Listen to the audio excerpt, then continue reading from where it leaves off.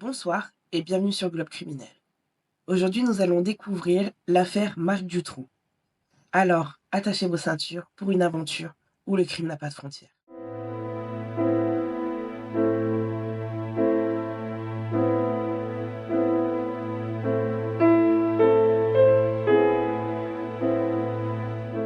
Marc Dutroux est né le 6 novembre 1956 à Ixelles, en Belgique.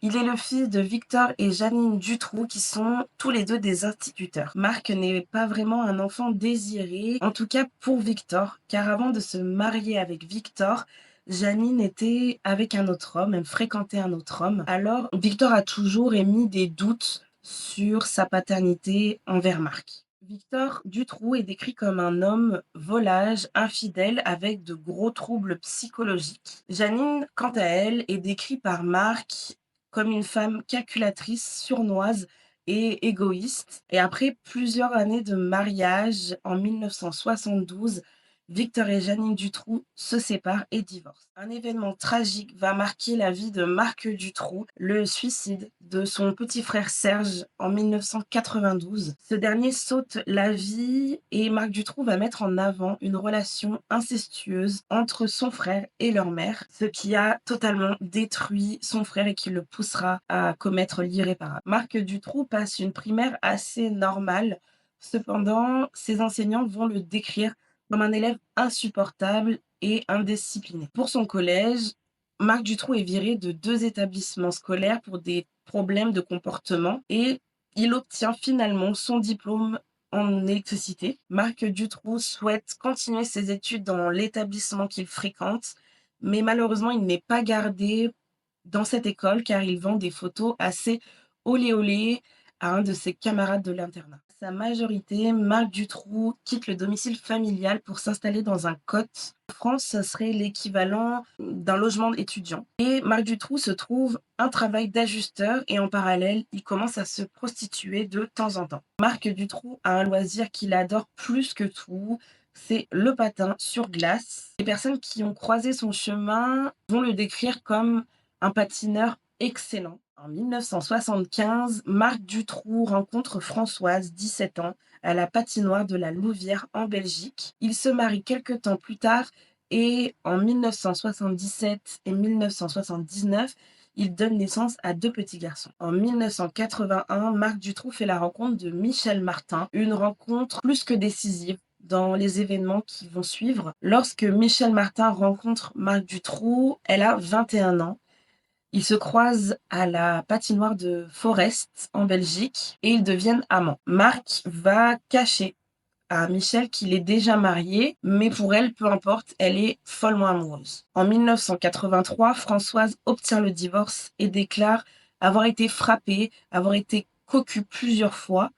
Marc Dutroux dit à sa mère: «Je l'ai refilée à un ami parce qu'elle ne me convenait plus». Marc Dutroux est enfin célibataire et Michel Martin le rejoint à Charleroi en 1984. À partir de ce moment, Marc Dutroux va commencer à faire des petits larcins, comme des vols ou des raquettes sur des personnes âgées. Et d'ailleurs, la première personne âgée qu'il va voler, c'est sa propre grand-mère. Avec Michel Martin, il décide de partir, de faire des voyages en Europe centrale, où Dutroux va se livrer à des séquestrations et à des viols sur des jeunes filles. Et de temps en temps, Michel Martin est présente et participe à ces viols. En 1988, Marc Dutroux épouse Michel Martin alors qu'il est incarcéré pour un vol. Et le couple va donner naissance à 2 autres enfants nés en 1993 et 1995. Le 24 juin 1995, Julie, 8 ans, et Mélissa, 9 ans, disparaissent mystérieusement dans la ville de Grace-Hologne, en Belgique. Après une année de recherche et d'inquiétude, c'est enfin le 17 août 1996 que leurs petits corps sans vie sont retrouvés dans la commune de Sars-la-Buissière. D'après le médecin légiste, les petites sont décédées aux alentours du 24 mars 1996 et enterrées une journée plus tard. Pendant 14 mois, les fillettes ont vécu l'horreur. Les traces sur leur corps ne mentent pas. Le 23 août 1995, Anne et Effieux, âgés de 17 et 19 ans, sont enlevées toutes les deux près de Ostende, en Belgique, encore une fois. Ce jour-là, elles sortaient d'une soirée entre amies et se rendaient en tramway pour rentrer chez elles. Leurs corps seront retrouvés à 2,50 m sous la terre le 3 septembre 1996 à Jumet. En novembre 1995, Bernard Weinstein, un complice bien connu de Marc Dutroux, disparaît lui aussi mystérieusement. Les enquêteurs connaissent le lien entre Weinstein et Dutroux, alors ils interrogent ce dernier qui nie totalement les faits et les enquêteurs laissent cette affaire de côté. Le 28 mai 1996, Sabine, 12 ans, qui se rend à vélo à l'école dans la région de Tournai, disparaît à son tour. Elle est enlevée par Marc Dutroux et son complice Michel Lelièvre. Marc l'emmène chez lui à Marcinelle où, dans sa cave, le pervers a aménagé une cache insonorisée. Les premières pressions psychologiques commencent dès le lendemain de son arrivée. Marc Dutroux et Michel Lelièvre lui font croire que ni la police, ni ses parents, ni personne ne la recherche et lui mettent en tête qu'ils sont là pour la protéger d'un chef qui veut absolument la tuer. Sabine écrit plusieurs lettres pour ses parents, pour ses proches, pour peu importe, quelqu'un qui l'attendrait. Elle décrit dans ses lettres son quotidien, ses viols, ses conditions de vie, son mal-être, son sentiment d'abandon et j'espère que vous l'avez compris, aucune de ces lettres ne sera jamais envoyée ou jamais reçue par ses proches. Le 9 août 1996, Laetitia, 14 ans, est elle aussi enlevée alors qu'elle sort de la piscine. Marc Dutroux et Michel Lelièvre l'enlèvent. Dutroux la drogue, la viole à 3 reprises dans cette fameuse camionnette et va emmener Laetitia à Marcinelle où elle va rejoindre Sabine. Et là, Laetitia reconnaît tout de suite Sabine. Elle lui dit que elle l'a vue à la télé, elle a vu sa photo à la télé, qu'elle l'a vue dans les journaux et que tout le monde la recherche, contrairement à ce que lui disaient ses ravisseurs. Grâce à la disparition de Bernard Weinstein, les enquêteurs se tournent de plus en plus vers Marc Dutroux et c'est enfin le 13 août 1996 que Marc Dutroux est arrêté. Au départ, il nie tous les faits qui lui sont reprochés et une première perquisition est alors organisée à sa maison de Marcinelle. Mais sur place, les enquêteurs ne trouvent rien de spécial. Le 15 août 1996, alors que les enquêteurs recherchent toujours Sabine et Laetitia, Marc Dutroux avoue aux enquêteurs qu'il retient les 2 jeunes filles et qu'elles sont bien vivantes. Dutroux ne s'arrête pas là, il avoue avoir tué Julie, Mélissa, Anne et Effieux. Et pour Bernard Weinstein, il avoue qu'il l'a fait disparaître en 1995 car il était devenu un témoin trop gênant. Sur ces indications, le corps de Bernard Weinstein est retrouvé au même endroit que ceux de Julie et Mélissa à Sars-la-Buissière. D'après le médecin légiste, Weinstein a été torturé avant d'être enterré vivant. Pendant que certains policiers restent avec Marc Dutroux pour recueillir encore ses aveux, d'autres retournent à Marcinelle à la recherche de Sabine et Laetitia. Arrivés là-bas, les policiers refouillent de partout. Ils vont à la cave pour continuer à explorer les lieux, d'après les dires de Marc Dutroux. Et là, un policier tape dans une bibliothèque. Elle n'a rien à faire ici, elle est en plein milieu de la pièce. Et là, le policier la pousse. Et derrière cette bibliothèque se trouve un trou. Et ils vont entrer dans ce trou. Et dans ce trou, ils trouvent enfin Sabine et Laetitia. Elles sont recroquevillées, elles pleurent, elles sont en mauvais état, elles sont très sales. Et elles ont surtout très peur. Et jusqu'au moment où elles comprennent que ce n'est pas Marc Dutroux ou Michel Lelièvre, elles comprennent que c'est la police et là elles se jettent dans les bras des policiers. Leur sortie est filmée sur les chaînes belges et leur retrouvaille avec leurs parents est également filmée et sur tous les écrans belges. En 1998, pendant son transfert au palais de justice, Dutroux n'est pas menotté. Pourquoi? On ne saura jamais.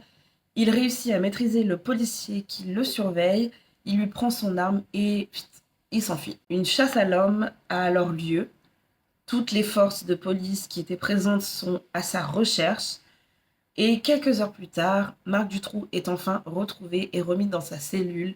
Et évidemment, sa surveillance est renforcée plus. Le procès de Marc Dutroux, Michel Martin et Michel Lelièvre débute à Arlon le 1er mars 2004. Les accusations pour Marc Dutroux sont nombreuses. Il est accusé pour être à la tête d'une bande impliquée dans l'enlèvement et la séquestration de 6 jeunes filles, dont 5 mineurs, être membre d'une association de malfaiteurs et d'avoir participé à un trafic de drogue, avoir assassiné Anne Effieux et Bernard Weinstein, avoir enlevé Anne Effieux, Julie, Mélissa, Sabine, Laetitia et Bernard Weinstein à Marcinelle dans un cachot de 2,34 m de long, 90 cm de large et 1,64 m de hauteur, ce qui est ridiculement petit. Il lui est reproché également d'avoir violé 3 jeunes Slovaques ainsi que Laetitia, Sabine, Anne, Effieux, Julie et Mélissa. Pour Michel Martin, elle est accusée de complicité et fait horrible. Elle a laissé mourir de faim Mélissa et Julie dans la cave de Marcinelle. Elle les entendait, mais elle continue à faire sa petite vie tranquille dans son coin. Pour Michel Lelièvre, il est accusé d'avoir aidé Marc Dutroux dans tous les crimes que j'ai cités plus haut et pour avoir enterré Anne et Effieux qui étaient, d'après le médecin légiste, toujours vivants. Et je n'ai pas précisé tout à l'heure que les jeunes filles ont été enterrées sous son hangar à jumelles. Pour les victimes qui ont survécu à l'horreur, ce procès est attendu avec impatience. Sabine souhaite se confronter directement à Marc Dutroux et elle dit « Je veux regarder Dutroux dans les yeux, lui montrer que je ne suis pas devenue folle, malgré ce qu'il m'a fait subir. » Et c'est le 16 juin 2004, devant la cour d'assises d'Arlon, que Sabine peut enfin se confronter à Marc Dutroux. Elle l'interpelle et lui demande « Finalement, pourquoi ne m'avez-vous pas tué ?» Pour Marc Dutroux, il est reconnu coupable de tous les chefs d'accusation que j'ai cités plus haut. Il est condamné à la réclusion criminelle à perpétuité et à 10 ans de mise à la disposition du gouvernement belge. Pour Michel Martin, elle est reconnue coupable d'association de malfaiteurs pour l'enlèvement et les séquestrations d'enfants, coupable de séquestration sur Laetitia, Sabine, Anne, Effieux, Mélissa et Julie, avec la circonstance aggravante d'avoir entraîné la mort de ces 2 dernières, coupable du viol d'une jeune Slovaque. Les psychiatres qui ont rencontré Michel Martin ont pu dire que c'est une femme très fragile, avec des bouffées psychotiques. Alors attention, ça ne pardonne absolument rien du tout. Elle a fait ce qu'elle a fait, elle était consciente de ce qu'elle a fait, ça ne pardonne rien. Elle est condamnée à 30 ans de réclusion criminelle. C'est une première pour une femme en Belgique d'être condamnée à autant d'années de réclusion criminelle. Et depuis son incarcération, chaque année, elle fait une demande de libération conditionnelle parce qu'elle considère qu'elle est une victime de plus de Marc Dutroux. Et évidemment, pour le plus grand bonheur des parties civiles, toutes ces demandes lui ont été refusées. Pour Michel Lelièvre, il est reconnu coupable de participation à une association de malfaiteurs impliqués dans l'enlèvement et la séquestration d'enfants, coupable de participation à une association mêlée au trafic d'êtres humains, coupable des enlèvements de Sabine, Anne, Effieux et Laetitia, et coupable de trafic d'ecstasy. Il est condamné à 25 ans de réclusion criminelle. Les verdicts ont fait énormément plaisir aux parties civiles. Sabine et Laetitia ont plus que été satisfaites du verdict et de la sévérité des peines de leur bourreau. Après le procès, Sabine a écrit et publié un livre intitulé « J'avais 12 ans, j'ai pris mon vélo et je suis partie à l'école ». Je vous mettrai le lien en description pour le retrouver sur Amazon. Puis, après ça, elle s'est effacée dans l'anonymat. Pour Laetitia, elle est rapidement retournée dans l'anonymat. Elle s'est mariée et elle est mère de famille. Et pour finir sur une note assez joyeuse de cette histoire, Sabine est la marraine d'un des enfants de Laetitia. Pour les autres, en novembre 2012, Marc Dutroux fait une demande de libération en semi-liberté sous bracelet.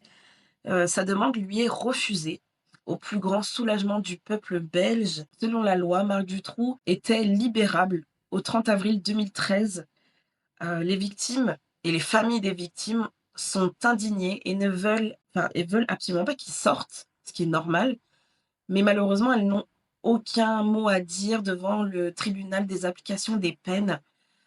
Et du coup, l'avocat de Laetitia va attaquer l'État belge à la Cour européenne des droits de l'homme pour faire annuler cette libération. Et finalement, sa libération lui sera refusée le 18 février 2013 à cause d'une récidive beaucoup trop élevée. Depuis, Marc Dutroux est toujours incarcéré à la prison belge de Nivelles. Il est en isolement depuis 19 ans. En octobre 2019, Marc Dutroux demande à subir une nouvelle expertise psychiatrique en vue d'une demande de libération conditionnelle.